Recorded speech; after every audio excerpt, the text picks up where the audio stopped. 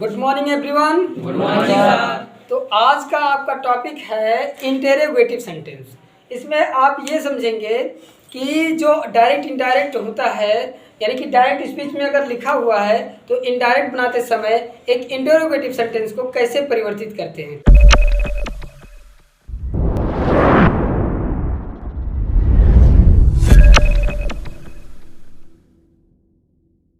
तो उसके कुछ रूल्स जानते हैं और अभी आप लोग लिख लीजिए डेफिनेशन, यानी कि इसमें आप ये समझ पाएंगे कि इंटरोगेटिव सेंटेंस किसे कहते हैं। ठीक है, तो चलिए डेफिनेशन लिखिए। इंटरोगेटिव सेंटेंस मतलब ये होता है कि जिन वाक्यों से प्रश्न पूछा जाता है जिन वाक्यों में प्रश्न पूछा जाता है उसको इंटरोगेटिव सेंटेंस कहते हैं। और इंटरोगेटिव सेंटेंस कितने प्रकार का होता है? दो प्रकार का होता है।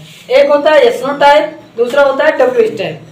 यस नो टाइप क्या होता है? कौन सा सेंटेंस होता है? वह प्रश्न जिनका उत्तर हाँ या ना में दिया जाए उसको यस नो टाइप कहते हैं, और वह प्रश्न जिनका उत्तर आप एक हाँ या ना में ना दे करके एक सेंटेंस में देते हैं उत्तर, तो उसको डब्ल्यू टाइप कहते हैं। और भी इसके बहुत सारे पहचान है, जैसे कि यस नो टाइप का जो सेंटेंस होता है अंग्रेजी में हेल्पिंग वर्ब से शुरू होता है और हिंदी में क्या शब्द से शुरू होता है कि नहीं। और जो डब्ल्यू टाइप सेंटेंस होता है वो जो होता है what, where, when, who, why आदि वर्ड से स्टार्ट होता है, तो उसको जो है डब्ल्यू टाइप कहते हैं। ठीक है, अब इसका जो है इसमें हम पहला पढ़ते हैं एस नो टाइप। पहला नंबर डाल लीजिएगा एस नो टाइप और इसका रूल। तो रूल पहला ये है एस नो टाइप का। एस नो टाइप का रूल पहला ये है कि रिपोर्टिंग वर्ब जो आपका होगा, करण याद है रिपोर्टिंग वर्ब, अगर आपको ध्यान दो, अगर आपको कहीं सेड या सेड टू दिखा, क्या दिखा?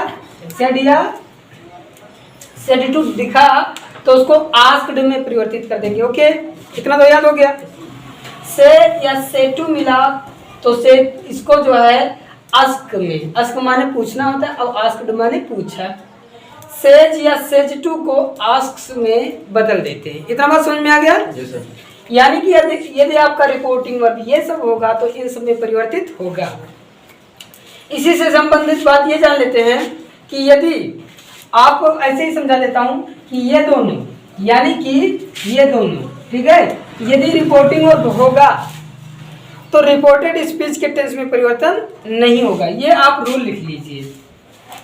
रूल आपका अगला यानी कि दूसरा ये है, रूल दूसरा ये है, यदि रिपोर्टिंग वर्ब क्या प्रेजेंट टेंस में हो, ये देखो चारों प्रेजेंट टेंस में है, प्रेजेंट टेंस में हो या फ्यूचर टेंस में हो, तो रिपोर्टेड स्पीच के टेंस और टाइम में परिवर्तन नहीं होता है। अच्छा, इस तरह से मैंने एक असर्टिव सेंटेंस में भी लिखवाया था, है ना? असर्टिव सेंटेंस में एक रूल लिखवाया था, पहला रूल, कि यदि रिपोर्टिंग वर्ब प्रेजेंट टेंस या फ्यूचर टेंस में हो तो रिपोर्टेड स्पीच के टाइम और टेंस में परिवर्तन नहीं होता है, प्रोनाउन में परिवर्तन होगा। लेकिन जैसे सेड और सेड टू मिला तो आपके टाइम और टेंस में और प्रोनाउन में भी परिवर्तन होगा। ठीक है, तो कुछ रूल नंबर 3 ये है कि कोटेशन मार्क को हटाकर असर्टिव सेंटेंस में क्या करते थे? कोटेशन मार्क को हटाकर डेट लगाते थे। और ये इंट्रोगेटिव में कोटेशन मार्क को हटाकर, यानी इसको इसको और इसको हटा करके आपको इफ या वेदर का प्रयोग करना है। आप लोग सोच रहे होंगे कि इफ कब यूज करना है और कब वेदर का प्रयोग करना है, तो समझते हैं, देखो कैसे बनेगा। जो है लिखा है मदर सेड टू, भैया हमने बताया कि सेड हुए और चाहे सेड टू हो तो वो आस्क्ड में परिवर्तित होगा। इतना बात समझ में आया? नहीं समझ में आया इसको बनाते समय तब बताना कि हमको समझ में नहीं आया। तो मदर सेड टू को क्या करेंगे? आस्क्ड में परिवर्तित कर देंगे। सेड या सेड टू दोनों में से कोई भी दिखेगा तो उसको आस्क्ड में परिवर्तित कर देना है। ओके, मी लिखा है जो कि ऐसे लिख जाएगा। अगर समझा जाए करण तो इसको सब्जेक्ट हम कह सकते हैं कि नहीं कह सकते हैं, और इसको ऑब्जेक्ट कह सकते हैं, और इसको इतना जो सेड सेड माने होते हैं कहना, जो कि हम वर्ब कह सकते हैं। क्या कह सकते हैं? इतना बात समझ में आया? ठीक है, आगे बढ़ते हैं। अब इसको कहते हैं इन्वर्टेड कामाज और इसको कहते हैं कामा, और इसको कोटेशन मार्क के नाम से भी जाना जाता है। तो असर्टिव सेंटेंस जो इससे पहले हमने पढ़ा था तो उसमें बताया था कि इसको हटा करके दैट लगाओ, लेकिन अभी हमने कहा है कि इफ या वेदर लगाओ। अब आप लोगों को ये जानना होगा कि इफ लगाए या वेदर लगाए। तो इफ तो आप 90% यूज कर सकते हो, लेकिन वेदर का प्रयोग आपको वही करना है जहां पर दो चीज ऑप्शनल दिया हो, स्कूल जाओ या मंदिर जाओ, चाय पियो या कॉफी पियो, हिंदी पढ़ो या इंग्लिश पढ़ो। माने कि ऑप्शनल आपको जो है ऑब्जेक्टिव दिया हो दो और बोल रहा हो दो में से एक आपको चूज करना है, तो ऐसे कंडीशन में आपको वेदर का प्रयोग करना है। समझ में आया बात? Yes sir. ठीक है। Will you go to school, क्या तुम स्कूल जाओगे? Will you go to school, क्या तुम स्कूल जाओगे? अच्छा, ये हेल्पिंग वर्ब से शुरू है कि नहीं शुरू है? शुरू है। और इसीलिए पता चला कि इंट्रोगेटिव है, इसीलिए ये वाला चिन्ह लगाओ। ठीक, इंट्रोगेटिव है इसीलिए वाला चिन्ह लगेगा। अब चूंकि ये इंट्रोगेटिव था इसीलिए सेड या सेड टू को आस्क्ड में बदला गया और कोटेशन मार्क को हटा करके भैया आप लगा दीजिए इफ। इधर देखो करण, पूरा समझो। सेड या सेड टू का आस्क्ड कितना समझ गए? एक आता है कि ये लगाओ कि यहाँ समझ गए वो। और अब लिखे के बिल और लिखे के यू गो टू स्कूल, तो इसमें रूल है कि पहले यका लिखो तब यका लिखो। तो यू पहले लिखो तो आई हो जाए, यस सर। और बिल लिखो तो उड हो जाएगी। अब ये बात कहाँ से आ गया, ये बात आपको समझना है कहाँ से आएगी। तो आपको ये जानना होगा भैया कि यू जो है आपका सेकंड पर्सन है, तो ये इसके अनुसार मी के अनुसार आई हो गया, सब लोग जान गए होंगे। Yes sir. है ना, बिल का उड हो जाता है, ये भी ठीक है। अब गो का जो है आपका गो रह जाएगा और टू का टू रह जाएगा, स्कूल का स्कूल। अच्छा, दूसरी बात ये है कि आप लोग सोच रहे हैं सर जी पहले बिल लिखा रहा और उसके बाद यू लिखा रहा, तो सर जी मन का है पहले यू लिख दियो उसके बाद बिल लिखियो, ऐसा सोच रहे होगे। तो मैं बता दूं, बिल पहले लिखा है उसके बाद सब्जेक्ट लिखा है, तब ये जाकर इंट्रोगेटिव बना।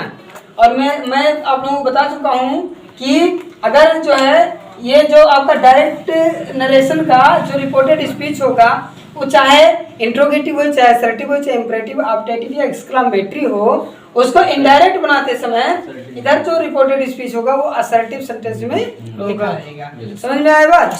अब अगर मैं देता हूँ I would go to school, तो ये असर्टिव है, लेकिन will you go to school ये इंट्रोगेटिव है, तो इधर वाला असर्टिव होना चाहिए। ठीक है, चलिए अगला एग्जाम्पल समझते हैं। राज सेड टू मी, राज ने मुझसे कहा डू यू लाइक टी और coffee, do you like T और कॉफी, क्या तुम्हें चाय या कॉफी पसंद है? मतलब चाय या कॉफी में दोनों में से तुम्हें क्या पसंद है? ठीक है, तुम्हें चाय या कॉफी पसंद है? तो ऐसा पूछ रहे हैं राज, तो राज का राज हो जाएगा सेड टू आस्क्ड में और मी, क्योंकि टी और कॉफी ऑब्जेक्टिव यानी कि ऑप्शनल है, तो ऐसे कंडीशन में आप इफ ना लिख करके वेदर लिखो। और जहाँ कहीं भी डायरेक्ट स्पीच के रिपोर्टेड स्पीच में अगर आपको पता ना चले कि इफ लगाऊं या वेदर, तो ऐसे कंडीशन में you should use if word. Okay, अब आपको लिखना है डू यू लाइक, तो मैंने बताया पहले हेल्पिंग वर्ब नहीं, पहले आपको सब्जेक्ट लिखना है। तो यू का जो है मी के अनुसार आई हो जाएगा, अभी मैं समझा दूंगा कैसे हो गया, और ये वाला भी बता दूंगा कि यू के मी के अनुसार आई कैसे हो गया। डू का आप लोग सोच रहे होंगे डिड में कर दें, तो ऐसी कोई बात नहीं है, ये लिखना हमारा गलत होगा। उसके बाद में लाइक का जो है आपका लाइक हो जाएगा, कैसे हो गया ये मैं समझा रहा हूँ। बाकी जो है आप यहाँ पर लिख लीजिए टी और कॉफी। तो मैं समझाता हूँ, आप बताएंगे भैया कि डू यू लाइक टी और कॉफी समझिए किस टेंस में है? डू यू लाइक टी और कॉफी किस टेंस में है? प्रेजेंट इंडेफिनिट टेंस में। प्रेजेंट इंडेफिनिट टेंस में। ओके करण भैया, तो आई टोल्ड यू कि ये किसी भी टेंस में हो, ठीक है, किसी भी सेंटेंस में हो। जब हम इसको इनडायरेक्ट करते हैं तो वो असर्टिव बन जाता है, यानी कि अफर्मेटिव बनेगा या तो नेगेटिव बनेगा। फिलहाल ये इंटेरोगेटिव है, और दूसरी बात ये उसमें प्रेजेंट इंडेफिनिट टेंस में है। तो प्रेजेंट इंडेफिनिट का रूल है कि उसको पास्ट इंडेफिनिट में ले जाओ, पास्ट इंडेफिनिट में ले जाओगे तो हमको अफर्मेटिव ही बनाना है, और पास्ट इंडेफिनिट के अफर्मेटिव में डिड का प्रयोग नहीं किया जाता है। नो, उसमें सब्जेक्ट और वर्ब का सेकंड फॉर्म यूज किया जाता है। सो ऐसे कंडीशन में डू का डिड नहीं होगा, यू का मी के अनुसार आई हो जाए, लाइक का लाइक्ड हो जाएगा, बाकी सब ठीक है। ऐसा सारे सेंटेंसेस में होता है, चाहे वो इंटेरोगेटिव हो, चाहे इंपरेटिव हो, ऑप्टेटिव। तो सर जी डू का डिड कब होई? डू का डिड कब होगा? जब ये इंट्रोगेटिव नेगेटिव भी हो।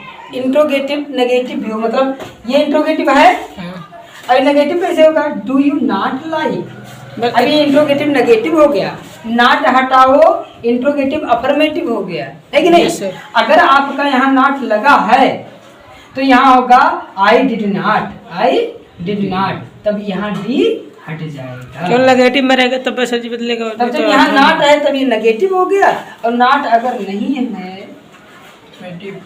तो डिड नॉट यहाँ नहीं लगेगा, यहाँ पर डी बढ़ जाएगा। बस सर जी। प्रेजेंट कंटिन्यूअस हो चाहे पास्ट कंटिन्यूअस हो, उसमें अफर्मेटिव में हेल्पिंग वर्ब लगता है। यस सर, लेकिन पास्ट इंडेफिनिट के अफर्मेटिव में हेल्पिंग वर्ब नहीं लगता है, इस कारण से ये वर्ब का सेकंड फॉर्म मिल जाता है। ठीक ठीक, इस कारण से ऐसा होता है। और एग्जांपल से समझते हैं, ओके? तो नेक्स्ट एग्जांपल है, इसीलिए जो है Raj said to her mother, Raj said to her mother, ये सेंटेंस देखो, do you go to market, क्या तुम मार्केट जाते हो? तो इसको मैंने इसलिए लिख दिया कि डू आ गया दोबारा आपके पास, अब आपको जो है इसको किस तरह परिवर्तित करना है ये जानना जरूरी है। तो ये वाला एग्जाम्पल जो है इस तरह से सॉल्व होगा, लिखा है राज तो लिख दो राज, और सेड टू आपका मालूम ही है कि क्या हो जाएगा, आज, ओके? Yes sir. लिखा है हर मदर तो हो जाएगा आपका हर मदर, और कामा हटा करके क्या हो जाएगा? इफ हो जाएगा, और यू का पहले हर मदर के अकॉर्डिंग, तो ये हर मदर माने उसकी माँ, उसकी माँ मतलब एक लेडी औरत, और एक लेडी औरत का जो प्रोनाउन होता है वो सी होता है। ऐसे कंडीशन में आपको यहाँ सी लिखना पड़ेगा। और डू का, क्योंकि डू हमको मालूम हो गया कि डू से पता चला ये प्रेजेंट इंडेफिनिट टेंस में है, तो प्रेजेंट इंडेफिनिट को पास्ट इंडेफिनिट में जब ले जाते हैं तो यहाँ पर वर्ब का सेकंड फॉर्म लगने लगता है, तो गो का वेंट हो जाएगा और टू मार्केट हो जाएगा।